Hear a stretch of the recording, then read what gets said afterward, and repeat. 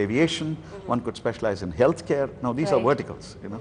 So, and there are schools which offer both types of specializations. That is, a student could choose combinations of these two also. More than one. That's slowly emerging. That would be a dual program? It's not a dual program, it's in a single program, but they permit students to take elective. After all, a specialization comes through elective courses, you know. So the number of electives one takes in a particular stream is an indicator of what the specialization is. So that is what happens often. And today in India, both types of specializations are on, and we have very special programs run by institutions. Very good institutions include, for example, in Anand we have Indian Institute of Rural Management, which specializes in cooperatives and so on. So the Indian Institute of Health Management Research is there, which offers specialization in healthcare. So there are many such good programs in India.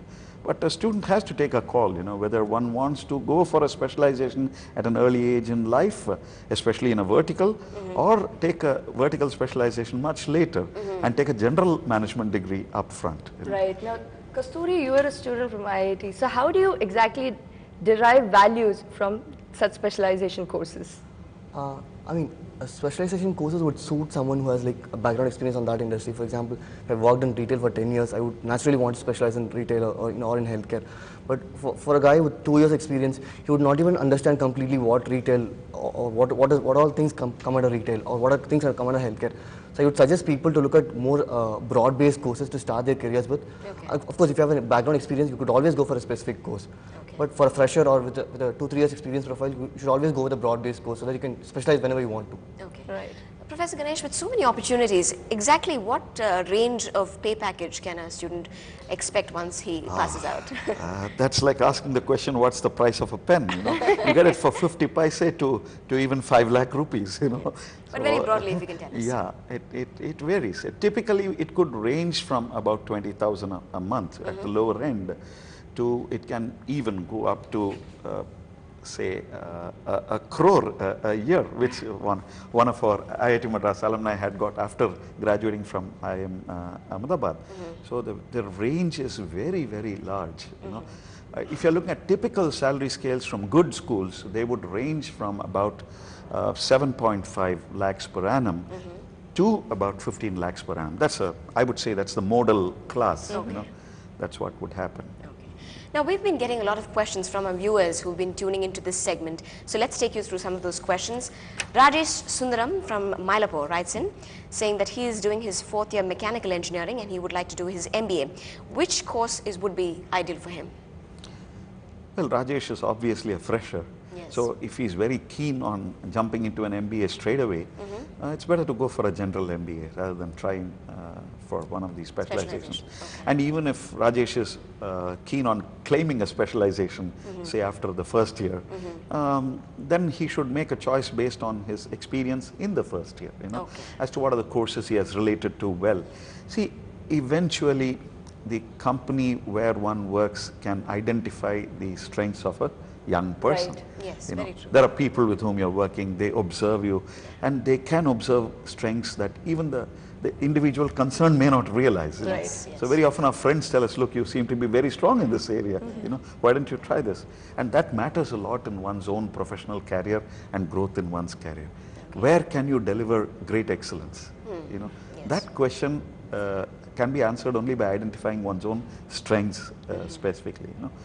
So perhaps Rajesh has to do a lot of introspection, ask his own friends, you know, what are my blind strengths that I don't know of, which you guys have observed, and then look at a specialization. Right. So we also have another viewer who has written into us from T Nagar, Meenakshi.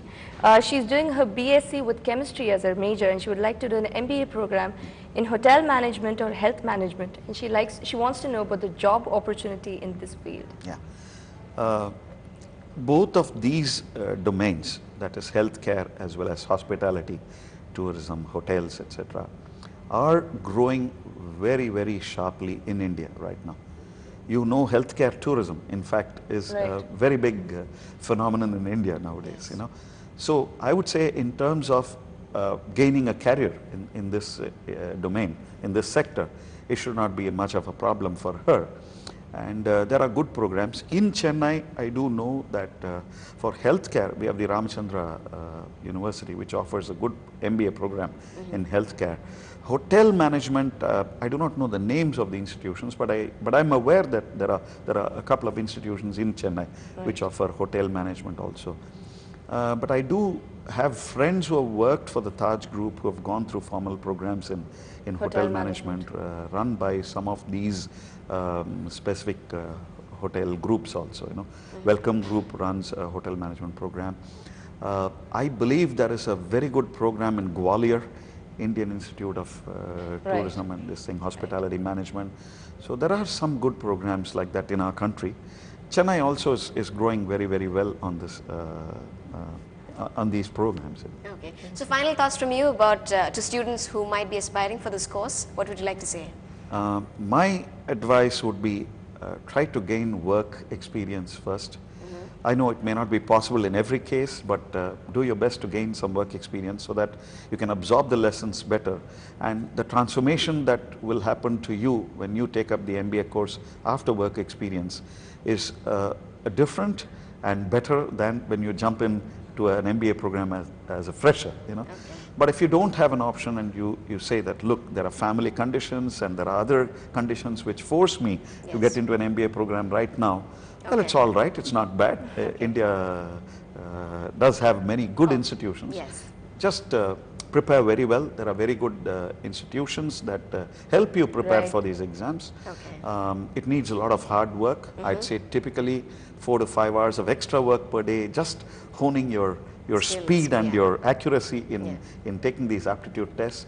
So do the tests well so that you can have access to some of the very good schools in the country. I'm sure our viewers tuned into our show today to get to know about all that on MBA program. Well, thank you very much, Professor Ganesh and Kasturi Rengan, for joining us this morning on Russia. And thank you very much for tuning into our special segment. And if you have any queries, please do send in your comments to feedback@ndtv-hindu.com and we'll ask our experts to answer all that. Stay tuned, there's lots more on the other side. We'll be right back.